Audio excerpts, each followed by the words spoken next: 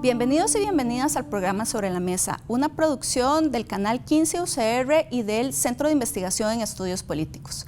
En los últimos días ha estado muy en boga la discusión sobre la adhesión de Costa Rica a la OCDE, cuáles son los beneficios que vamos a tener como país, cuáles son nuestras responsabilidades y en general cuál va a ser la dinámica que se va a presentar siendo uno de los pocos países de Latinoamérica que es parte hasta el momento. Por eso hoy acá en Sobre la Mesa vamos a estar analizando el tema de la adhesión de Costa Rica a la OCDE y contamos con la presencia de don Alexander Mora, que fue ministro de Comercio Exterior, doña Rosemary Hernández, directora de la Escuela de Relaciones Internacionales de la Universidad Nacional, y don Esteban Mora, docente e investigador del CICAP de nuestra Casa de Estudios. Para iniciar, vamos a ver una línea de tiempo que nos hicieron para poder entender cómo es que ha sido el proceso.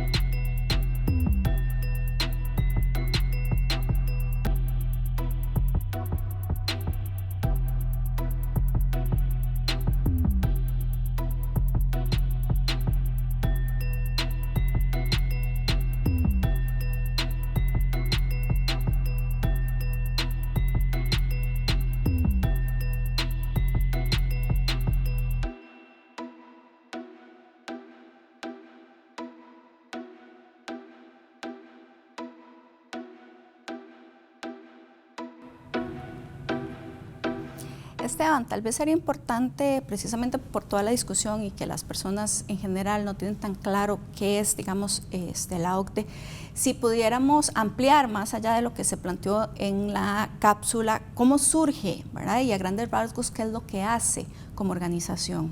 Muchas gracias por la invitación. Sí, efectivamente, la OCDE como una organización internacional nace como una organización de la posguerra, de la Segunda Guerra Mundial, donde se vinculan primero los países de Europa por medio de la coordinación de Estados Unidos y de Canadá para poder administrar los recursos del Plan Marshall. A partir de ahí se ve la posibilidad de que funciona como organización de integración económica, primero que todo, para reconstruir precisamente los países de Europa. Se invita a Estados Unidos y a Canadá y efectivamente en 1961 se integra como organización. A partir de ahí empiezan a trabajar como bloque económico de esos países y a practicar o a definir nuevas estrategias para poder hacer esta evolución que siguieron a partir de los años 70, 80 y en adelante. Parte de lo que hace la organización como tal es identificar buenas prácticas de los países y tratar de documentarlas y dárselas a otros países también.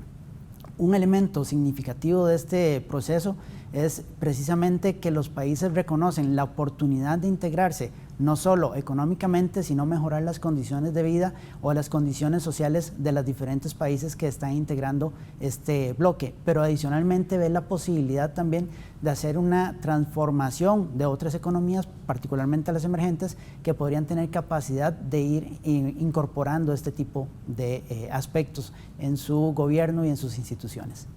Rosemary, ¿quiénes participan, digamos, en la organización y por qué es importante conocer precisamente los países que son parte? Bien, Marcela. Bueno, resulta que en la OMC hemos oído decir popularmente que están los países ricos, y es que quisiera yo desmitificar primero eso.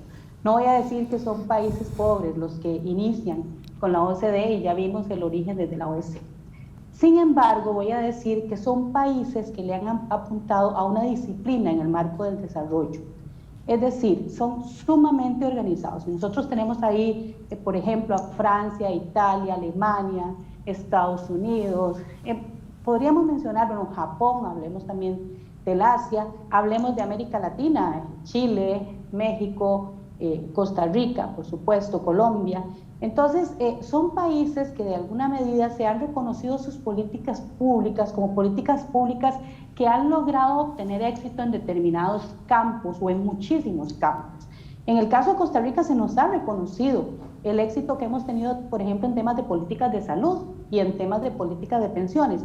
¿Y por qué le digo desmitificar, Marcela? Porque muchísimas veces se nos ha dicho que es que la OCDE lo que pretende es que nosotros hagamos las cosas exactamente igual que ellos, que estos países que he mencionado y otros que no he mencionado, es una lista de 31 países que no he mencionado todos, que hagamos las cosas exactamente igual que ellos. Y en realidad, como lo decía muy bien Esteban ahora, realmente la OCDE lo que pretende es que todos colaboremos para ver cuáles son las mejores prácticas en políticas públicas que podemos nosotros como países, todos los miembros e inclusive los que no son miembros, porque también hay miembros invitados, pero también los que no están invitados, también hay invitados, no miembros sino también invitados, pero también los que no están invitados, que puedan observar entonces estas políticas públicas que han venido dando éxito, por ejemplo, para el caso de la educación también.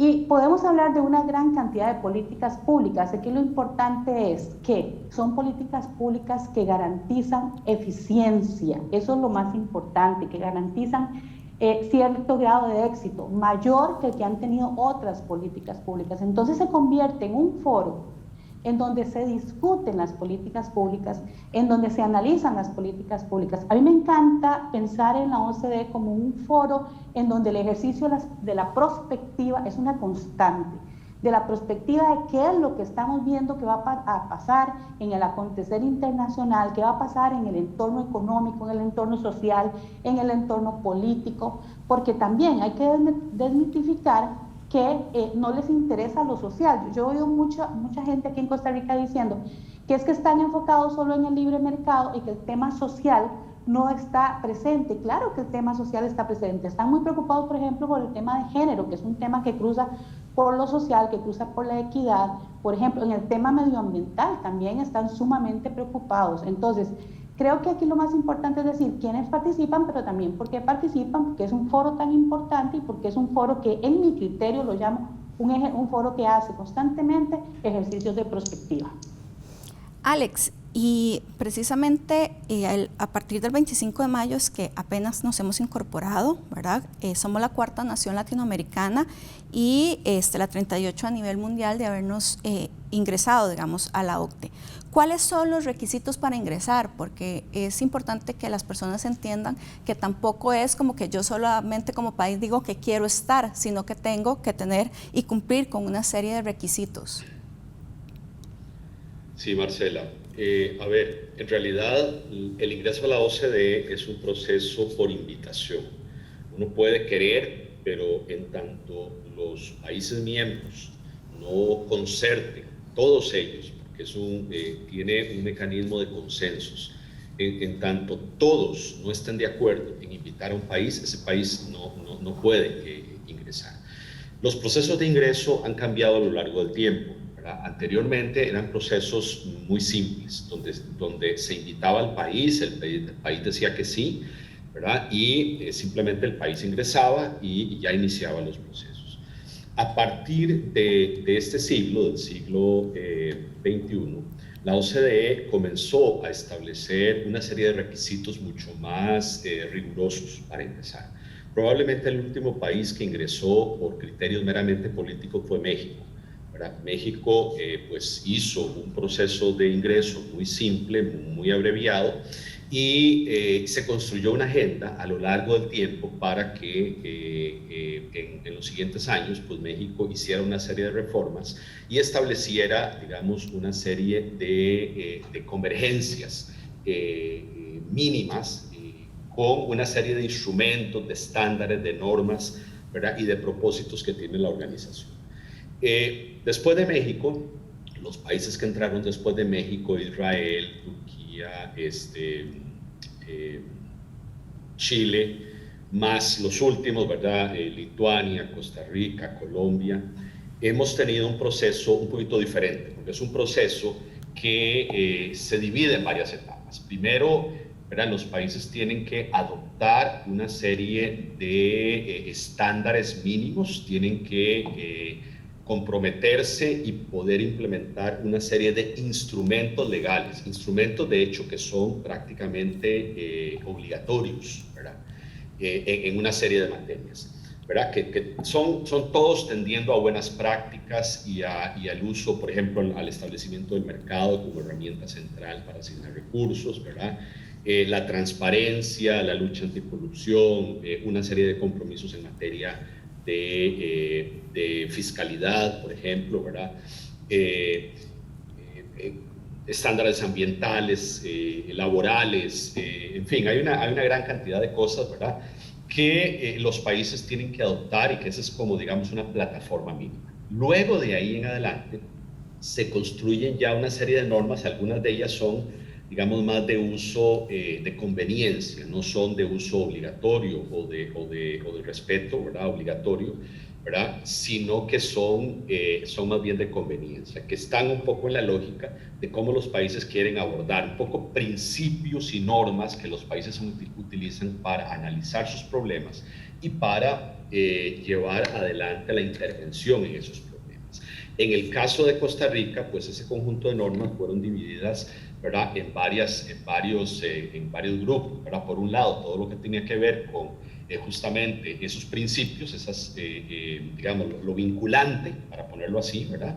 Luego, una serie de aspectos que tenían que ver con mejores prácticas, con conveniencia, con acercarnos a una perspectiva, a una visión, y luego una serie de áreas en las cuales el país, pues, más bien decide cómo se quiere acomodar, ¿verdad? Y en tanto son principios y normas que guían el análisis y que guían la solución de los problemas, pues uno sigue esas metodologías, ¿verdad? Muy basadas en datos, esto es muy importante, la OCDE hace mucho énfasis en la necesidad de que uno se conozca, de que haya un sistema de estadísticas muy independiente, ¿verdad? Que todo se mida, ¿verdad? Y a partir de ahí, bueno, una vez que uno mide todo, ¿verdad? Entonces viene un proceso de análisis de aquellos datos para identificar qué hacer con ellos, cómo utilizarlos, ¿verdad? Y luego viene toda la utilización de las herramientas que la OCDE nos da, las metodologías, los expertos, pero además la revisión de pares, que es muy importante, ¿verdad? Que es un abordaje científico. Tal vez podríamos más bien hacer una pausa y en el siguiente bloque precisamente entrar al tema de la revisión de pares, qué es y cómo es que se aplica en Costa Rica. Vamos a una pausa y ya regresamos.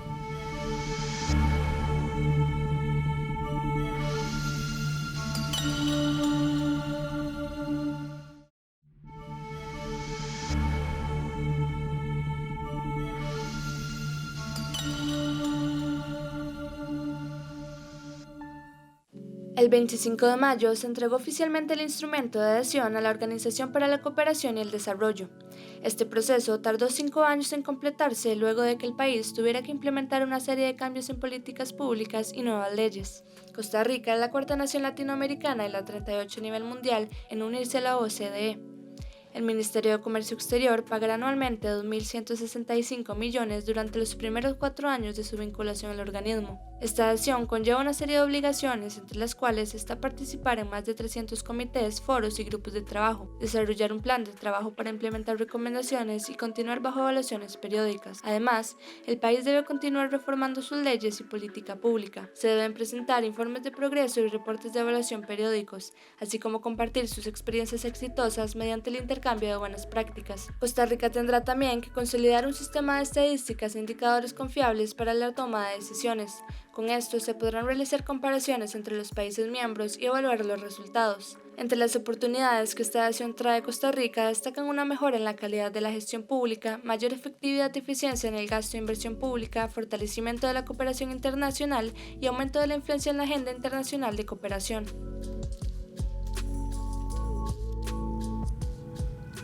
Alex, antes de ir a una pausa, precisamente usted estaba iniciando para la explicación de lo que significa esta revisión de pares y bueno, y por qué ahora se le está conociendo a la OCDE como el Club de las Buenas Prácticas.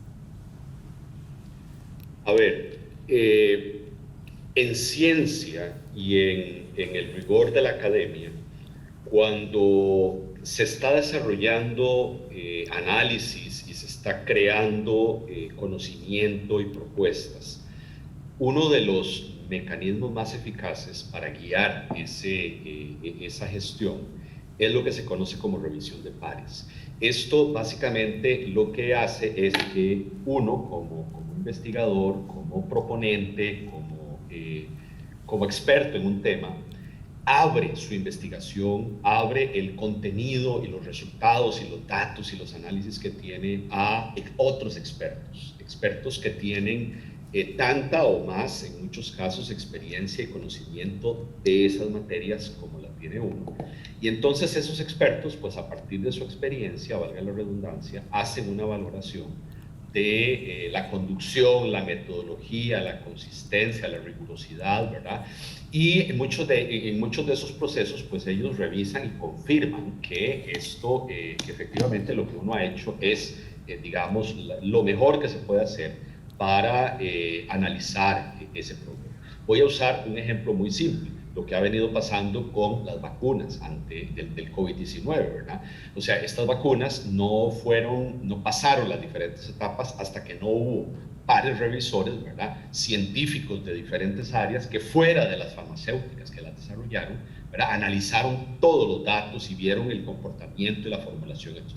Bueno, es algo equivalente, pero en las materias que la OCDE ve. Entonces, esta es una probablemente de las herramientas más importantes a las que Costa Rica va a tener acceso.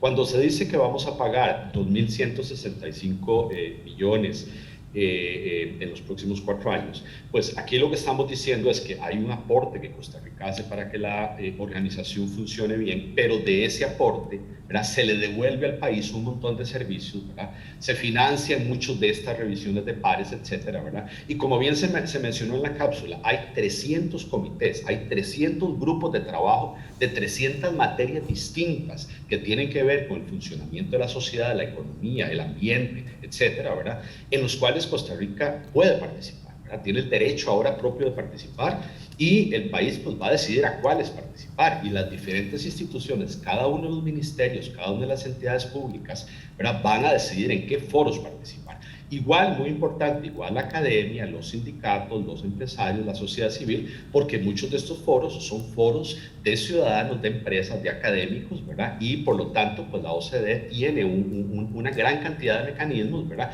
Y en esos mecanismos, pues se accesa entonces a esos expertos, a esas personas de los países miembros, ¿verdad?, que hacen lo mismo que hace uno, que tienen las mismas necesidades, los mismos problemas, y muchos de ellos, como ya se mencionó al inicio, pues ya han abordado, digamos, la solución de esos problemas en sus países, y muchos lo han hecho de la forma más eficiente y eficaz posible.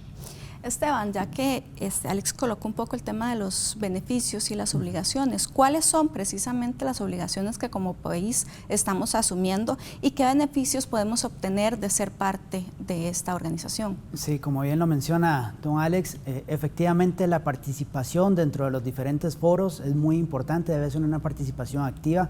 también no es solo una participación de las instituciones, sino también de los diferentes sectores de la economía, ¿verdad? Y estamos hablando de grupos organizados, por ejemplo, ahorita en Brasil, que está en una discusión si se integra o no a la OCDE, la comunidad organizada está diciendo, revisen por favor las políticas del señor presidente, porque no son coincidentes en temas de ambiente o de derechos humanos. Ese tipo de iniciativas y de posibilidad de que todos nos involucremos realmente son permitidas dentro del esquema de la OCDE. De otros beneficios que podemos tener como país tiene que ver también, por ejemplo, algo que está haciendo Estonia a nivel, digamos, de sus gobiernos locales y que podría ser una práctica que nosotros podríamos replicar en algún momento, porque algo también mencionaba muy bien don Alex, que es esta revisión por pares, ¿verdad? Esa revisión por pares no significa que la OCDE nos brinda recetas, que también es algo que mencionaba doña Rosemary al inicio, sino que nos permite conocer prácticas internacionales que podemos ir a incorporar en algún momento. Entonces, Estonia, por ejemplo, ahorita que tiene un problema de desempleo, donde Costa Rica, gracias a estas estadísticas que han mejorado, está liderando un top 10 que no deberíamos de liderar, que es el del desempleo, ¿verdad? Por encima de todos los países de la OCDE, ya ahí contando nosotros dentro de los 38 estamos de número 1 con la mayor tasa de desempleo a nivel de esos países. Estonia está buscando una fórmula como por medio de sus gobiernos locales puede invertir en las personas que ni estudian ni trabajan para poder acercarlos a la educación y a una incorporación laboral. Entonces, ahí nosotros tenemos muchas posibilidades de beneficios agregados en torno a revisar prácticas de otros países y ver también las soluciones locales por los ojos de los pares que nos podrían ayudar a decir si sí o si no son pertinentes de acuerdo a nuestras condiciones. Claro, eso también significa que estamos obligados no solo a las contribuciones económicas, sino también estamos obligados a tener procesos de cooperación con otras naciones. En la actualidad, Costa Rica también coopera dentro de un marco de la OCDE para América Latina y el Caribe, y ahí precisamente ha dispuesto iniciativas de medio ambiente, ha dispuesto iniciativas de salud, ha dispuesto iniciativas en el marco del turismo también, que son buenas prácticas que se han identificado que el país tiene. Entonces también es abrirnos hacia el mundo en ese nivel, es parte de las obligaciones que tenemos más allá del tema económico. Se habló mucho de estos 1.500 millones del proceso de adhesión. Si lo dividimos entre los 500 millones, entre los 5 millones de habitantes, estamos hablando de 300 colones por cada costarricense. Bueno, ya sabemos de toda la discusión de que la pobreza, vivir con $1 al día o no, ¿verdad? Pero el beneficio, el costo-beneficio social que se puede tener de aprovechar estos mecanismos si participamos adecuadamente, creo que supera con creces este tipo de inversiones.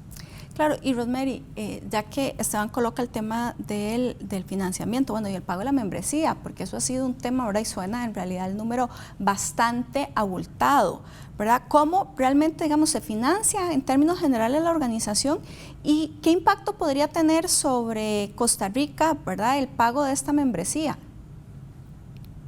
Bueno, hay que recordar que es un organismo multilateral.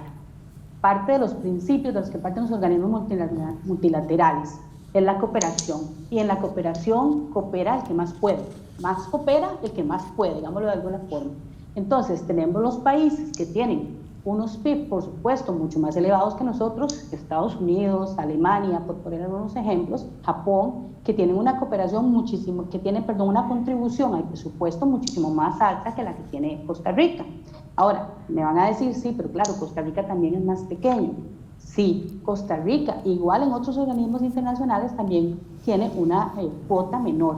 Pero los beneficios que recibimos en materia de conocimiento, en materia de cómo se documenta el expertise que se va creando en materia de políticas públicas, todos y todas la nación, todas las personas de los diferentes países que estamos representados ahí en la OCDE, tenemos acceso no solo a la información, sino a cómo es procesar esa información y cómo convertir esa información en política pública.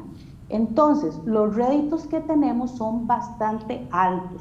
Es decir, estamos obteniendo información de primer nivel, no solo de Costa Rica, porque nos ayudan además a llevar de forma mejor y más organizada nuestra información. ¿Por qué? Porque como decía ahora don Alexander, hay que tener claro que tiene una forma de evaluar, y para evaluar hay que tener estándares. O sea, en cualquier sistema de acreditación, digamos, de calidad, se utilizan estándares. Entonces hay estándares en los que se va a decir, bueno, a estos estándares es la aspiración a llegar. Y repito lo que hemos dicho don Esteban y yo y don Alexander, no nos están obligando, nos están diciendo, miren, esta es una ruta correcta que los va a llevar a ustedes a tener calidad, pero ¿calidad para quién? No calidad para los indicadores económicos. O sea, cuando nosotros estamos invirtiendo esa cantidad de dinero que se ha invertido desde el proceso y ahora que se invierte siendo miembros, estamos diciendo, ¿para qué estamos haciendo esa inversión? Bueno, para poder acceder a información de calidad, para poder acceder a expertos que tienen una gran experiencia y una gran calidad. Pero vean, otra cosa, tenemos que tener claro que es un foro donde están los países más ricos, si es cierto, están los países más ricos, pero también los países que tienen un mayor desarrollo, y esos países que tienen un mayor desarrollo comercian con nosotros también. También de ahí vienen los inversionistas que vienen a nuestro país y que queremos atraer a nuestro país. Entonces también es un foro para que vean que Costa Rica está haciendo las cosas bien y sigue siendo un espacio seguro para que haya inversión extranjera directa, para que además podamos tener socios comerciales de un mayor nivel. Por ejemplo, todo el tema de la industria 4.0 y las tecnologías digitales. Ahí están los líderes. Bueno, ese es un tema que por supuesto don Alexander lo conoce a mayor profundidad que el que lo puedo conocer yo, pero ahí están los líderes y con ellos entonces podemos negociar, aprender todo el tema de política pública, en tema de tecnologías digitales, en tema de la industria 4.0 se va a venir. En los próximos 5 años vamos a tener que estar definiendo políticas. Por ejemplo, el tema de comercio electrónico fue un tema muy presente y que se aceleró con la pandemia. Fue un tema que inmediatamente la OCDE le puso atención y empezó a pensar en cuáles eran las mejores prácticas. Unas mejores prácticas que no es solo, como dicen algunos, para las empresas de libre mercado, sino para las personas consumidoras. Porque mucho se ha dicho, bueno, miren, tenemos que tener políticas públicas, que lleven a precios, a los mejores precios a las personas consumidoras, a los ciudadanos de los diferentes países.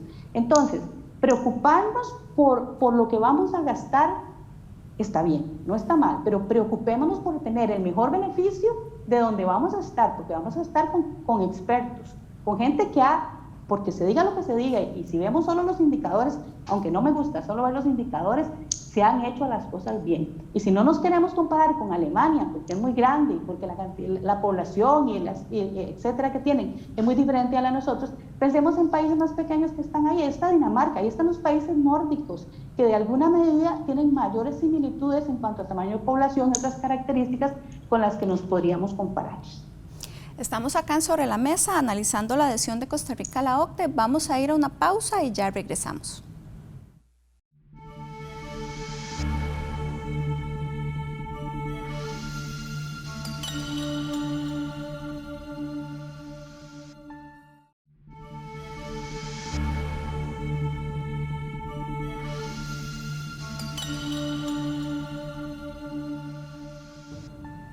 Continuamos acá en Sobre la Mesa analizando el tema de la adhesión de Costa Rica a la OCDE. Esteban, hemos hablado un poco como de las dinámicas, pero que tiene, digamos, la organización y a las cuales se puede integrar el país. Sería importante, digamos, a grandes rasgos, tener claro cuál fue esa ruta que tuvo que seguir Costa Rica para esta adhesión, que algo, digamos, ya se planteó en la cápsula del primer bloque de este programa. Sí, el país ha tenido diferentes acercamientos con la organización.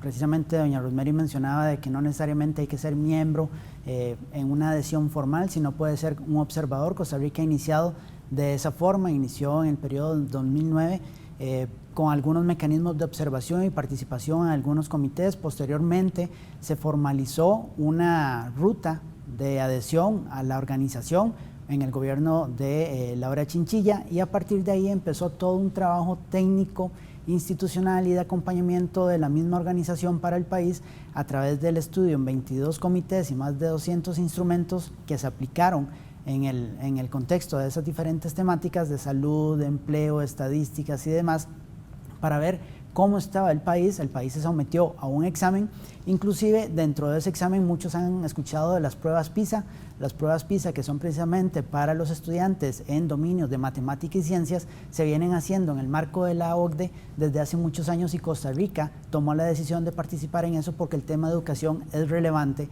dentro del esquema de desarrollo e inclusión social que maneja la organización. A partir de ese tipo de estudios, el país pudo hacer un proceso de identificación de oportunidades de mejora, viéndolo en un esquema muy de calidad, pero de calidad desde las instituciones públicas, donde efectivamente podía proponer instrumentos administrativos, pero sobre todo ocupaba nuevos marcos legales. Entonces el proceso de adaptación de nuestras normas a esquemas más competitivos también era una necesidad en esta, digamos, ruta de adhesión del país a la OCDE. Una vez que el país pasa estos exámenes, en algunas medidas podríamos decir con recomendaciones más fuertes y en otras no tanto, porque el país también ya ha tenido bastantes avances en materia, como los decíamos antes, de salud o de medio ambiente y turismo. En otros, donde hay que pensar un poquito mejor las cosas y los esquemas de inclusión en un organismo de este tipo, de mejora para los ciudadanos, eran, por ejemplo, el tema de pensiones o el tema de las subvenciones que se dan a algún tipo de alimentos. Y se ha discutido mucho, por ejemplo, el tema del arroz. Ahora, dentro de esa discusión también, parte de las cosas que se dijeron y de las que no se dijeron es que la OCDE no dice dejen de producir arroz.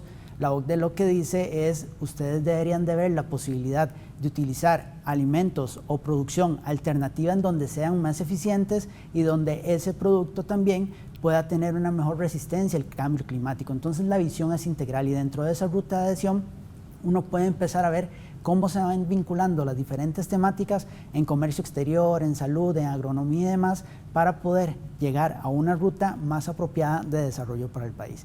Una vez que se terminaron esos exámenes, efectivamente el país ya es invitado formalmente y lo que se necesitaba era la aprobación de una ley muy sencilla de 4 artículos y posteriormente el visto bueno de la Presidencia de la República para que se depositara en París, que es la sede de la organización. Y ya que lo colocó Esteban sobre la mesa, Alex, ¿cuáles fueron, digamos, los cambios más importantes en materia de política pública y de tramitación de nuevas leyes que tuvo que realizar precisamente Costa Rica en esta ruta para ser miembro de la OCDE? De los 22 comités, Marcela, probablemente la mitad tenían requerimientos de adaptación de instrumentos jurídicos, sea a nivel de leyes o a niveles de temas administrativos, de reglamentación técnica en Costa Rica. Los otros posiblemente tenían que ver más con política pública y aspectos meramente de, digamos, de administración interna. Pero bueno, yo diría que de los temas más críticos, ¿verdad?, estuvo la implementación de un registro de beneficiarios finales, o sea, de dueños finales de las acciones, personas físicas, que son los tenedores de las acciones de las empresas, ¿verdad? Eso era importante desde el punto de vista de transparencia, etcétera, y fue probablemente uno de los procesos más difíciles, ¿verdad?, que hubo que abordar, porque hubo mucha oposición a esto. Luego hubo una serie de otras modificaciones, ¿verdad? Se creó una comisión legislativa particular, ¿verdad?, especial, dedicada a aprobar esa legislación, y eso permitió, digamos, completar el proceso.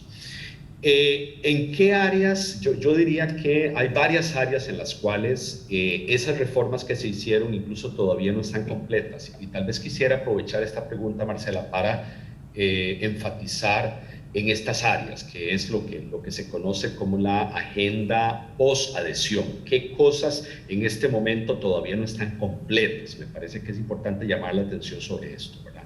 Lo primero es que, bueno, hay una serie de áreas de seguimiento que el país tiene que hacer. Quedaron cosas que no fueron, digamos, llevadas al nivel del compromiso inicial que hicimos con la OCDE en materia en varias materias, ¿verdad? En materia de ciencia y tecnología, por ejemplo, en materia de educación, en materia de inversión pública y en materia de mercados financieros, sobre todo. Ahí hay instrumentos, ¿verdad?, que son obligatorios y que nosotros adoptamos, pero que no hemos, digamos, demostrado nuestra maduración, ¿verdad?, que no hemos logrado demostrarle a los comités de la OCDE, a los técnicos de la OCDE, que ya nos hemos apropiado de ellos y podemos gestionarlos bien. Entonces ahí hay tareas importantes. Lo otro es que tenemos una serie de áreas en las cuales hay que hacer lo que se conoce como reportes post-adhesión, que tiene que ver con, sobre todo, revisiones de pares o verificaciones técnicas, también de que hemos logrado implementar correctamente algunos aspectos. Y aquí probablemente es donde están las cosas más importantes, ¿verdad? La economía sur, o sea, todo el tema de los mares, eso ha quedado a medio camino, ¿verdad? Las reformas en materia de pesca no están hechas, ¿verdad?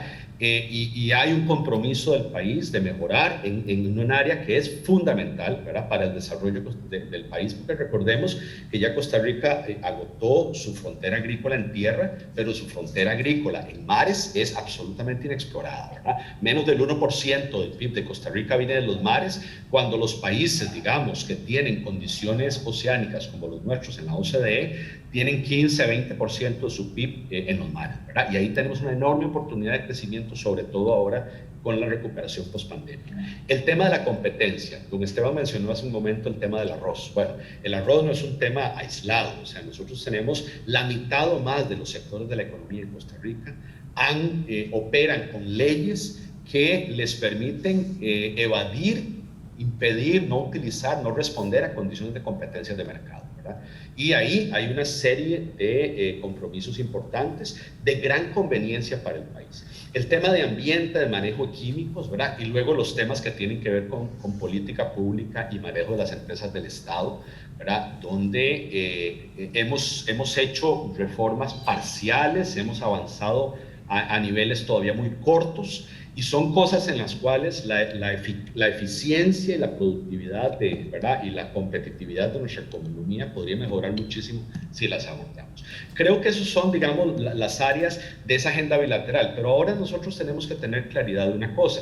Recuerden que la OCDE es un bien público, ¿verdad? Y como bien público que es, la agenda no es simplemente la agenda bilateral entre la OCDE y Costa Rica. Ahora hay que ver la agenda de la organización y la agenda global, ¿verdad? Ya Costa Rica está sentado en esos, puede estar sentado en esos 300 comités donde se están discutiendo los problemas globales y proponiendo soluciones a los problemas globales. Esas dos agendas no están prácticamente atendidas en este momento. No ha habido discusión, no se han abierto, ¿verdad? Y ahí hay un tema, me parece a mí una tarea pendiente de todos, porque no es solo del gobierno. Y Rosemary, efectivamente, como ya nos han planteado tanto Esteban como Alex, hay muchas cosas que se tienen que hacer, que se hicieron, pero ¿por qué es que se plantea que efectivamente ser parte de la OCDE puede generar, digamos, resultados muy positivos en el sistema de la gobernanza pública?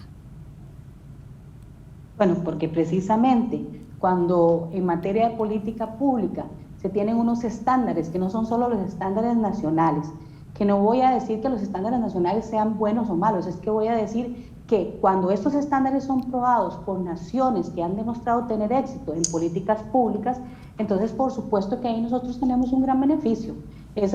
Precisamente, lo decía yo hace un rato, volvernos a ver en un sistema que yo llamo de calidad, y abro comillas, ¿verdad? ¿Por qué llamo un sistema de calidad? Porque no son, ya dijimos que trabajamos con pares cuando nos evalúan, pero también, como está diciendo don Alexander, nosotros estamos ahí en los 300 comités viendo diferentes temas, vamos a estar ahí, ya estamos.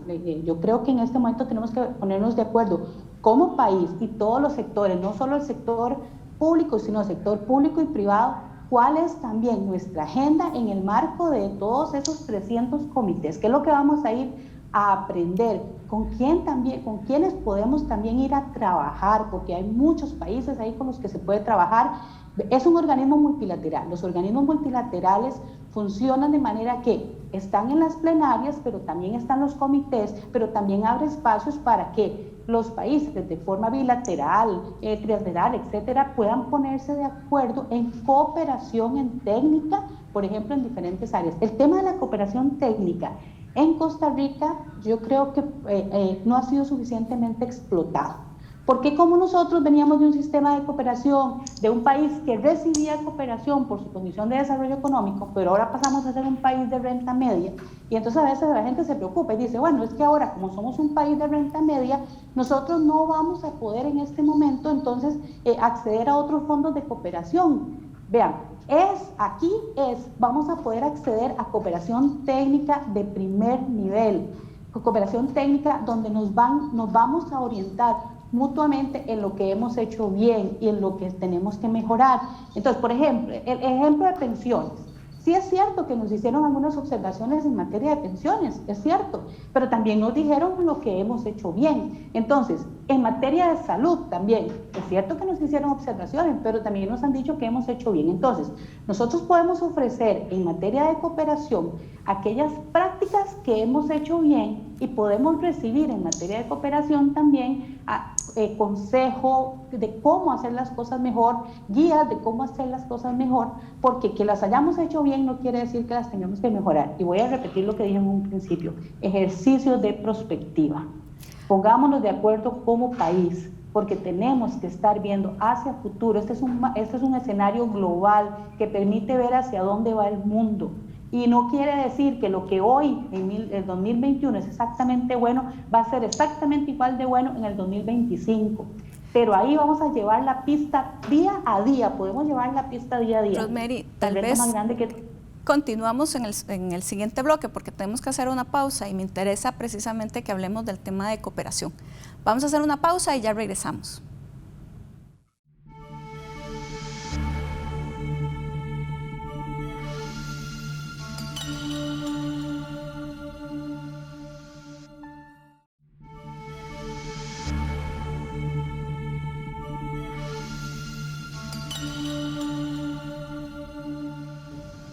Continuamos en Sobre la Mesa analizando el tema de la adhesión de Costa Rica a la OCDE. Antes de ir a una pausa, precisamente Rosemary estaba tocando algunos temas y hay uno que me gustaría también que ahondáramos en él, y es el tema de la cooperación internacional. O sea, en realidad tendríamos que ser, digamos, un país que también tiene que ofertar cooperación internacional, pero en el cual, ¿verdad?, la representación de la gestión está en varios ministerios, ¿verdad? En Costa Rica no tenemos una agencia de cooperación internacional, está en Mideplan, en el Ministerio de Relaciones Exteriores, está en Hacienda, ¿verdad? ¿Será necesaria una reforma para que se articule esto, ¿verdad? Y que también qué va a significar, que ya un poco lo habías tocado, Rosemary, en términos de dar cooperación y recibir cooperación? Yo creo que antes de una reforma, lo que necesitamos es ponernos de acuerdo en una agenda, porque resulta que logramos pasar los 22 comités, logramos pasar de ser invitados a ser miembros, y ahora que estamos en las puertas, nos pusimos a discutir un tema de representación, que supuestamente ya estaba hasta resuelto por ley, perdonen, pero nos pusimos a discutir un tema de representación, y eso nos tarda a nosotros en el sentido de ponernos de acuerdo en cuáles son los beneficios que nosotros consideramos y vemos en perspectiva que vamos a obtener de estar ahí. El tema de la Agencia de Cooperación en Costa Rica se ha discutido muchísimas veces. Tenemos tiempo para discutirlo, pero lo que no debemos esperar más es el tiempo de cómo nos vamos a organizar en materia de la representación. Y yo voy a decir algo. Desde 2012 y hasta ahora, COMEX lo ha venido haciendo bien. Ha venido haciendo bien el tema de la negociación, ha venido haciendo bien el tema de la organización. Yo creo que no era el momento de ponernos a estrenar de cómo hacerlo. Entonces, ya vimos lo que pasó y ya llevamos un bastante tiempo perdido, un día perdido. Si nos duele lo que estamos pagando, si hemos dicho tanto lo que estamos pagando, un día perdido, entonces traten de pensar cuánto nos está costando, porque no estamos aprovechando de la mejor manera la representación. Entonces, yo creo que más que en ese momento de ponernos a pensar en materia de, bueno, ¿quién va a liderar esto? Teníamos claro quién lo venía liderando. Trabajemos en hacer una agenda, y una vez que hagamos una agenda, vamos a identificar diferentes liderazgos según la agenda. El tema de la representación creo que era el más fácil y el que más complicamos. Alex, usted que ha estado, digamos, muy cercano al proceso, al final, ¿verdad?, siguiendo con lo que decía de la representación, Rosemary, precisamente la representación en Costa Rica recae en dos ministerios, ¿verdad?, en COMEX y en el Ministerio de Relaciones Exteriores. Esto, digamos, es tradicional en la OCDE, ¿nos puede generar problemas o más bien nos puede generar, digamos, beneficios? A ver, no hay ninguna reglamentación ni ningún tipo de condicionamiento en la OCDE de quién debe ser el representante.